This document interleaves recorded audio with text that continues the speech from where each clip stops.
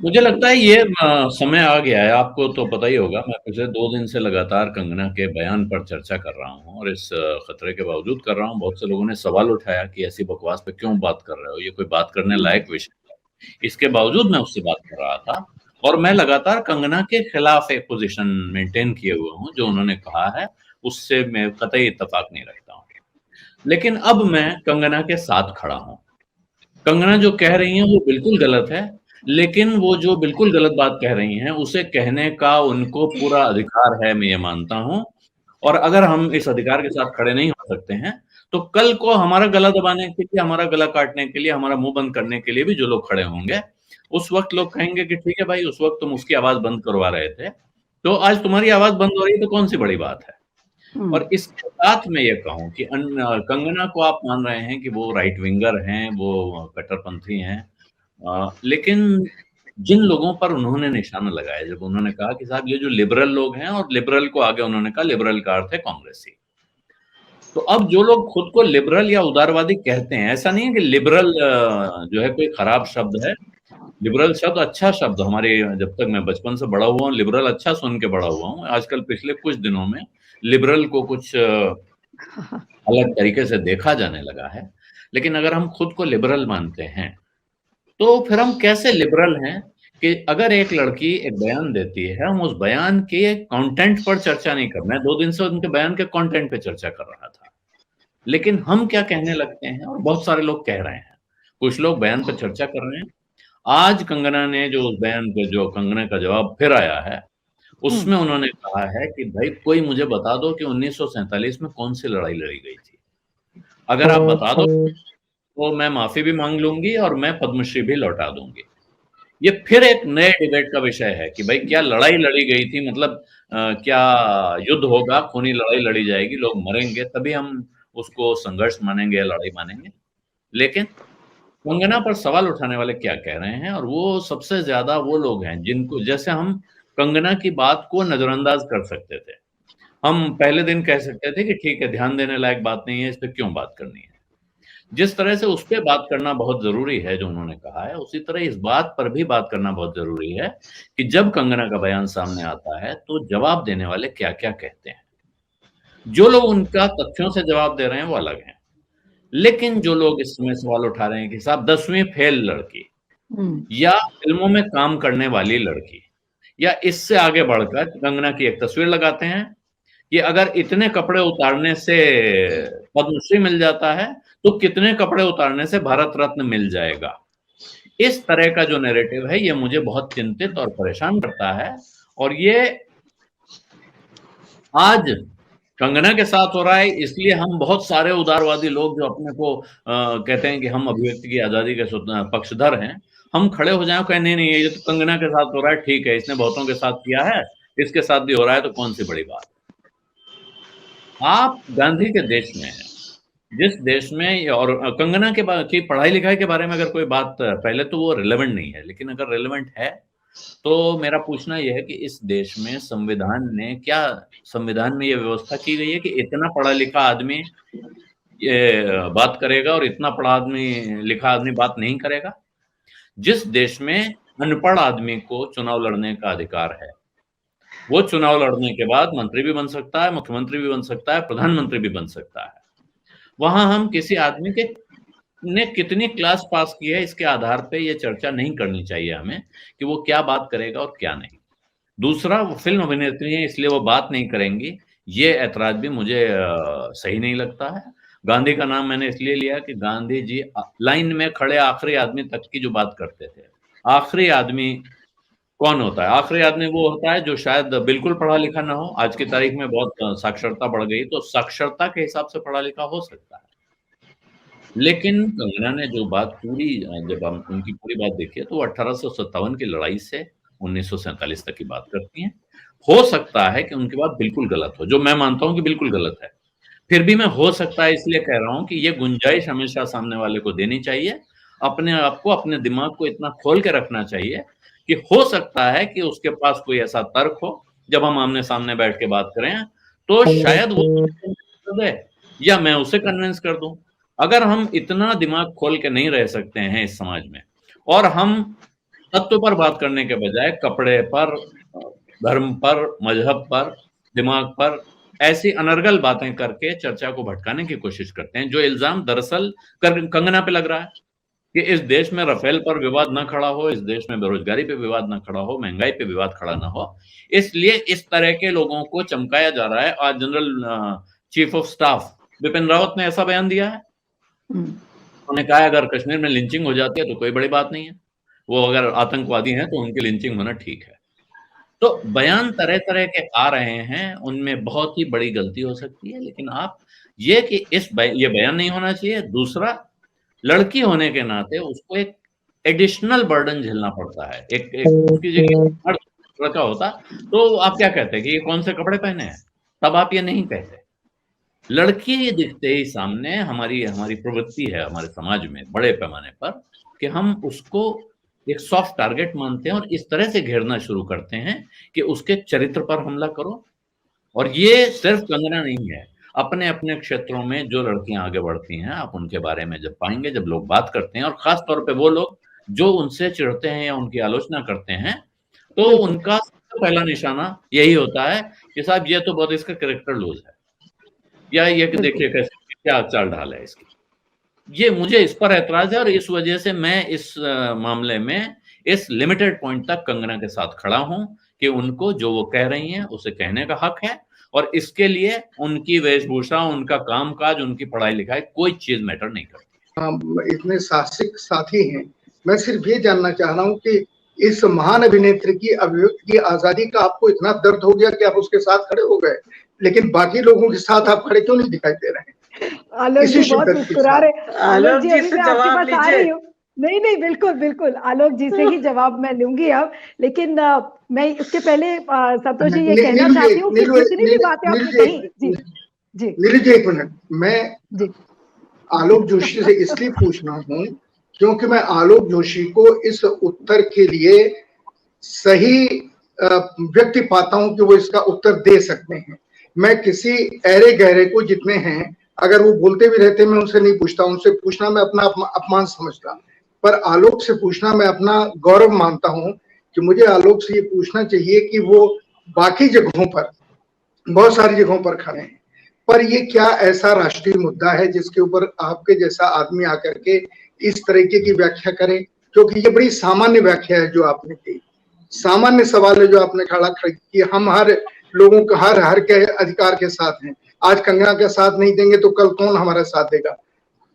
आप किसको, किसके बहाने किस किस को चुप करा रहे हैं, ये भी तो सोचिए। चलिए आलोक जी से इस पे जवाब ले लेते हैं। आलोक जी, आज तो आपको घेर लिया है सबने, बताइए। हाँ, तो मैं आपको इसका जवाब पहले देखिए, पहले तो मैं ये बताऊं कि संतोष जी मुझे इतना सम्मान दे रहे हैं, इससे मैं अपने आप में मेरे लिए बड़ी बात है। संतोष जी उन लोगों में से हैं जिनको देख के हमने पत्रकारिता करना सीखा है। संतोष जी जयप्रकाश आंदोलन के प्रमुख स्तंभ रहे हैं, और वो भी एक अपनी आजादी की लड़ाई थी जिसको दूसरी आजादी कहा जा रहा था, संपूर्ण क्रांति कहा जाता था। वो आगे जाके किस हद तक सफल रही नहीं रही अलग बात, लेकिन उस वक्त जिस जज्बे के साथ ये लड़ाई लड़ी गई थी, उस वक्त भी इस देश में अभिव्यक्ति पर बहुत बड़ा खतरा था। और मैंने कंगना रनौत के मामले पे जो पहला मेरा सार्वजनिक बयान है, मैंने एक ट्वीट किया कि ये स्पष्ट रूप से देशद्रोह का मामला बनता है, और इसमें न सिर्फ कंगना रनौत पर बल्कि इस कार्यक्रम के आयोजकों पर भी मुकदमा होना चाहिए। ये मेरी राय है जो उन्होंने कहा है उस पर। और ये राय क्यों है, कब? जबकि मैं देशद्रोह के कानून का विरोधी हूं। मैं मानता हूं कि जो देशद्रोह का कानून इस देश में चलता है वो नहीं होना चाहिए। वो अंग्रेजों का बनाया हुआ 150 साल पुराना कानून है जो इंग्लैंड में खत्म किया जा चुका है, वहां एबॉलिश हो गया है, लेकिन भारत में लागू है, जिसका दुरुपयोग हमारी आजादी की लड़ाई के तमाम स्वतंत्रता सेनानियों के खिलाफ हुआ, बड़े नेताओं के खिलाफ हुआ, और आजादी के बाद भी तमाम सरकारें अपने खिलाफ बोलने उठने वाली आवाजों को कुचलने के लिए उसका इस्तेमाल करती रही हैं। आज की सरकार भी कर रही है, बड़े पैमाने पर कर रही है। सिद्दीक कप्पन उत्तर प्रदेश में आपको पता ही है कब से गिरफ्तार हैं। ऐसे तमाम मामले हैं, मतलब वो गिने नहीं जा सकते हैं। ये नहीं कि मैं उन पे आवाज नहीं उठा रहा हूं, उनमें से हर आवाज के साथ हूं मैं। इस सरकार के उन कदमों का विरोध करता हूं, उनकी निंदा करता हूं जो इस तरह की आवाजों को कुचलने के लिए उठाई गई। कंगना ने जो कहा है उससे मैं कतई इत्तेफाक नहीं रखता। लेकिन अगर आपको उससे इत्तेफाक नहीं है, आप उससे एतराज़ करते हैं, तो उसके रास्ते हैं। जैसे ताहिरा जी ने कहा उन पर कानूनी कार्रवाई होनी चाहिए। तो मेरा कहना है कानूनी कार्रवाई होनी चाहिए। अगर उन्होंने किसी कानून का उल्लंघन किया है, किसी की भावनाओं को ठेस पहुँचाई है, तो उन लोगों को पूरा अधिकार है, इख्तियार है कि वो कंगना के खिलाफ कार्रवाई करें। जो राजनीतिक दल हैं, जो राजनीतिक चिंतक हैं, उनका दायित्व तो बनता है कि कंगना जो कह रही हैं, वो बात झूठ है, तो वो सच का प्रसार करें। ये बहुत आवश्यक है। माफ कीजिएगा। ये ज़रूरी है कि वो लोग सच का साथ दें और सच का प्रसार करें। अगर वो नहीं करेंगे, तो फिर वो अपनी ज़िम्मेदारी नहीं निभा रहे होंगे। लेकिन ये सब कहते हुए कंगना जो भी कह रही है, मैं कह रहा हूँ उसने मैंने आपको बता दिया कि मैं उसकी किसी भी बात से सहमत नहीं हूँ। इसके बावजूद वो बहुत गलत बात कहती हैं, उस गलत बात को कहने का उनको अधिकार है, मेरा ये मानना है। वो मेरी निंदा करती हैं, तो मैं उनको उसका भी अधिकार है। एक कुछ लोग कह रहे हैं भाई आपका अपना चैनल, उस पे लोग ब्लॉक हो जाते हैं। जब लोग गालियां बकने लगते हैं, माँ बहन की गाली देने लगते हैं, तो मैंने एक नियम बनाया हुआ है कि ब्लॉक कर देता हूँ। कुछ समय के बाद हफ्ते 10 दिन में एक बार सबको अनब्लॉक भी करता हूँ, क्योंकि मुझे लगता है किसी वक्त भावावेश में आदमी गाली बकने लगता है, उस समय उसको चुप करा दिया जाए तो ठीक हो जाता है। लेकिन अब लोग मेरी आलोचना करें, मैं आपकी आलोचना करें। अब संतोष जी ने कहा कि आलोक जी गलत कह रहे हैं, ताहिरा जी ने कहा आलोक जी ठीक नहीं कर रहे हैं, मैं कहूँ कल से इनसे बात नहीं करूंगा।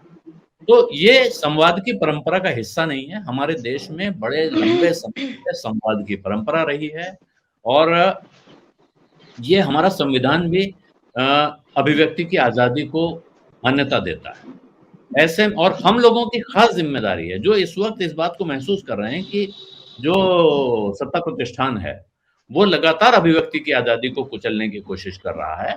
ऐसे में उनके साथ खड़ा हुआ कोई आदमी भी अगर कोई गलत बात कहता है और हम कहते हैं कि नहीं इसका गला दबा दो, इसको तुरंत इसका मुंह बंद कर दो, इसको बोलने का अधिकार नहीं है, और उसके लिए जो इस्तेमाल हो रहे हैं हथियार वो अलग है। वो भी कहानी में मैं उस जगह वो एक महिला की अस्मिता और उस पर जो हमला हो रहा है उसको छोड़ दें। इसके बिना भी मेरा मानना है कि आपको ये जो होली काउ एटीट्यूड है, हम और आप जो करते हैं, जैसे भारतीय जनता पार्टी करती है कि आपने राफेल का नाम लिया और कहेंगे राष्ट्रीय स्वतंत्रता, राष्ट्रीय सुरक्षा का मुद्दा है, इस पे बात नहीं होनी चाहिए। तो नहीं होनी चाहिए। ऐसी कौन सी राष्ट्रीय सुरक्षा होती है जिसके बारे में राष्ट्र को पता नहीं होना चाहिए? इसी तरह आजादी की लड़ाई पर अगर आज 70 साल बाद कोई बात करने के लिए किसी भी बहाने बात कर रही है, वो आपके पास क्या असलहों की कमी है, आपके पास आर्सेनल में फैक्ट्स की कमी है कि आप कहते हैं कि नहीं तुम चुप हो जाओ। वो अगर एक गलत बात ले आई है, और मैं आपको बता देता हूं कि अगर हम सब चुप हो जाएंगे, इस बात को इग्नोर कर देंगे, तो कुछ दिनों के बाद यही उसी दिन, परसों की ये बात है, उसी दिन वो वक्तव्य का टुकड़ा कोई 30-35 सेकंड की क्लिप पूरे भारत में वायरल हो चुकी थी। अगर आप सब चुप रहेंगे, जवाब नहीं देंगे और या ये कहेंगे कि अब ये नहीं होना चाहिए, इस पे बात नहीं करनी चाहिए, इसको इग्नोर कर दीजिए, तो इस तरह की बातें कुछ दिनों के बाद जम जाती हैं। फिर लोग कहते हैं भाई ये देखिए वो क्लिप आया है, बिल्कुल आजादी मिली थोड़ी, भीख में मिली है। इससे पहले आपने आरएसएस की वो अखिल भारतीय विद्यार्थी परिषद की रुचि पाठक का बयान सुना होगा, जिसमें उन्होंने कहा कि आजादी तो 99 साल की लीज पे मिला है भारत को। और सबसे आश्चर्यजनक चीज उनका कॉन्फिडेंस था। वो किस कॉन्फिडेंस के साथ कह रही है, इसका मतलब है कि वो ये नहीं समझ रही कि मैं झूठ बोल रही हूँ, तो ये विश्वास है कि ये बात सही है। और ऐसे बहुत सारे लोग हैं जिनको ये विश्वास है कि जो वो कह रहे हैं वो सही है, और जो अभी वंदिता ने कहा वो बात बिल्कुल सच है। कंगना तो बहाना है, कंगना के पीछे कोई बड़ी संगठित मशीनरी है जो हम सब जानते हैं कौन है। वो संगठित मशीनरी इस तरह की चर्चा, इस तरह की बातें फैलाती है, कंगना को हथियार बना के फैला रही है। ऐसे में अगर हम कंगना को निशाना बनाते हैं, उसके कपड़ों को निशाना बनाते हैं, उसके अभिनेत्री होने को निशाना बनाते हैं, तो हम भी उन्हीं के हाथ में खेल रहे होते हैं। हम उसको इग्नोर करते हैं, तब भी हम उन्हीं के हाथ में खेल रहे होते हैं। हमको इस पे सवाल उठाने होंगे। मैं पिछले 2 दिन संतोष जी लगातार इस पर डिबेट कर चुका हूं, जिसमें मैंने कंगना को कटघरे में खड़ा करने की पूरी कोशिश की है। तब भी हमारे एक वरिष्ठ साथी हैं इनके सिंह ने मुझ पर सवाल उठाया। उन्होंने कहा कि आपको होमवर्क करने की वो नहीं है और आप इस पे बात नहीं करना चाहते हैं, उस पे बात नहीं करना चाहते हैं, इसलिए आप कंगना पे बात कर रहे हैं। वो जिन जिन चीजों को आप गिना रहे हैं, इनमें से कौन सी चीज है जिस पे हमने बात नहीं की है? हम रोज किसी न किसी विषय पे बात कर रहे होते हैं, और मैं तो उन विषयों पे भी बात करता हूं जिन पे कोई न मेन स्ट्रीम मीडिया में न सोशल मीडिया में बात कर रहा होता है, इस बात की चिंता किए बिना कि इस डिबेट को कम लोग देखेंगे। उत्तराखंड के पर्यावरण पे मैं 3-4 शो कर चुका हूं, और मेरे साथ जो मित्र आते हैं उसमें मेहमान, वो कहते हैं आप क्यों पता नहीं बात कर रहे हैं, हम तो इसमें हमने जिंदगी लगा दी, आप क्यों अपना टाइम खराब कर रहे हो, कोई देखता नहीं है। कोई देखता नहीं है इसलिए हम वो बात कहना नहीं छोड़ देंगे जो हमें कहनी है।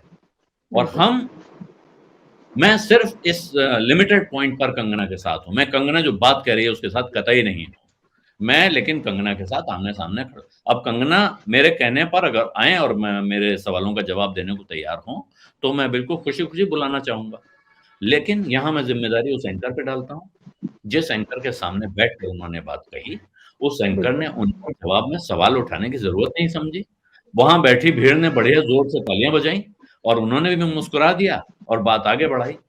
वजह यह है कि तमाम लोग तमाम सेलिब्रिटीज को अपने आयोजनों में बुलाते हैं शोभा बढ़ाने के लिए, और उस वक्त कहते हैं कि अगर वो पूछते हैं कि सवाल बता दीजिए, कई बार यहां तक कहा जाता है संतोष जी कि सवाल आप ही भेज दीजिएगा वही पूछ लेंगे। और ये देश के सर्वोच्च पद से शुरू हो रही है बात। हमारे देश को चलाने वाले इस वक्त जो सज्जन हैं उनके पास जाने वाले लोग पहले से सवाल और जवाब लिखा हुआ लेके जाते हैं और उनके सवाल जवाब लेके आते हैं, और उसके बावजूद वो खुश नहीं हुए तो उन्होंने अपने सवाल पूछने वाले इजाद कर लिए कि अब हमको पत्रकारों से क्या बात करनी है, हम अपने ले आएंगे, हम एक एक्टर से बात कर लेंगे, हम एक गीतकार से बात कर लेंगे। यहाँ नहीं कह रहा हूं कि एक्टर या गीतकार आपसे बात करने के लिए क्वालिफाइड या इक्विप्ड नहीं है, लेकिन वो एक्टर और गीतकार भी ईमानदारी से शिद्दत से बात करते हुए दिखेंगे तो कई बार बहुत अच्छी बात होती है। मैंने ऐसी बातचीत लोगों की देखी है जिसमें लगता है कि नहीं ये क्या आप किस आदमी को ले आए हैं, लेकिन वो बात होती है और बहुत अच्छी बात होती है। आप किसी साहित्यकार से राजनीति पे लिखवाइए, आप किसी कलाकार से राजनीति पे बात करिए, तो क्या वो भाई हर आदमी इस देश की राजनीति का भागीदार है, वो कुछ भी करता हो, राजनीति पे बात करने का तो सबको हक है। आप कह सकते हैं कि न्यूक्लियर साइंस पे मैं क्या बात करूंगा, मुझे नहीं आती है, मैं हो सकता है खाना पकाने पे बात ना कर सकूं, ये मेरी अक्षमता हो सकती है कि मैं खाना बनाना नहीं जानता हूं या जितना जानता हूं उतना काफी नहीं है बात करने के लिए, लेकिन मैं राजनीति पे क्यों नहीं बात कर सकता हूं? राजनीति पे बात करने का तो हर आदमी को हक है, क्योंकि राजनीति हर आदमी की जिंदगी में घुसी हुई है। ये सिर्फ मेरा ये पॉइंट है। मुझे उम्मीद है कि तीनों लोगों से संतुष्ट हुई होगी। मैं संतुष्ट नहीं हूं। अच्छा संतोष जी अभी हाँ संतोष जी मैं संतुष्ट नहीं हूँ क्योंकि मैं जिस आलोक जोशी को जानता हूँ वही आलोक जोशी नहीं है। मैंने कहा कि जो आपने सिखाया आप अपने शिष्यों को जो सिखाएंगे आपको वो वही देंगे। अगर आप नहीं सिखा सकते हैं तो आप अज्ञान मत बांटिए, ये कहना चाहिए ना जो। लेकिन हम बहस नहीं कर रहे हैं, हम राय कर रहे हैं, चर्चा कर रहे हैं। बिल्कुल कहना चाहिए, बिल्कुल कहना चाहिए संतोष जी, जो आप कह रहे हैं बिल्कुल कहना चाहिए। और इसीलिए मैंने कहा कि सवाल उसके पीछे खड़ी बड़ी मशीनरी पर और इस देश के सत्ता प्रतिष्ठान में बैठे लोगों पर उठाए जाने चाहिए, जो इस वक्त आजादी का अमृत महोत्सव मना रहे हैं। उनसे पूछा जाना चाहिए कि आप किस आजादी का अमृत महोत्सव मना रहे हैं। अभी अभी आपने जिन्हें सम्मानित किया है और जिन्हें आपकी प्रखर प्रशंसक के तौर पर, समर्थक के तौर पर जाना जाता है, जो आपकी तरफ से डांटा भाजती रहती है दिन भर, उनको उनके कहे बयान पर आपकी और खास बात क्या है, मैंने खुद जब डिबेट की तो मैंने कांग्रेस पार्टी के प्रवक्ता आए मेरी डिबेट में, कुछ लोगों ने कहा बीजेपी के प्रवक्ता क्यों नहीं है। बीजेपी के प्रवक्ता यहाँ क्यों होने चाहिए? क्या बीजेपी कंगना रनौत की पार्टी है? कंगना रनौत खुद आए या उनका कोई प्रवक्ता आए तो मैं बुला लूं? मुझे नहीं लगता है कि भारतीय जनता पार्टी कंगना रनौत की तरफ से बुलाई जाए ये ठीक होगा। लेकिन मैंने देखा कि देश के सभी चैनलों पर भारतीय जनता पार्टी के घोषित प्रवक्ता, डेजिग्नेटेड प्रवक्ता कंगना रनौत की तरफ से बैटिंग कर रहे थे। इसका क्या अर्थ है? इसका अर्थ है कि इस विषय पर सफाई देने की जरूरत कंगना रनौत से ज्यादा भारतीय जनता पार्टी को, राष्ट्रीय स्वयंसेवक संघ को और भारत की सरकार को है। सत्य हिंदी का ऐप डाउनलोड करें गूगल प्ले स्टोर पर।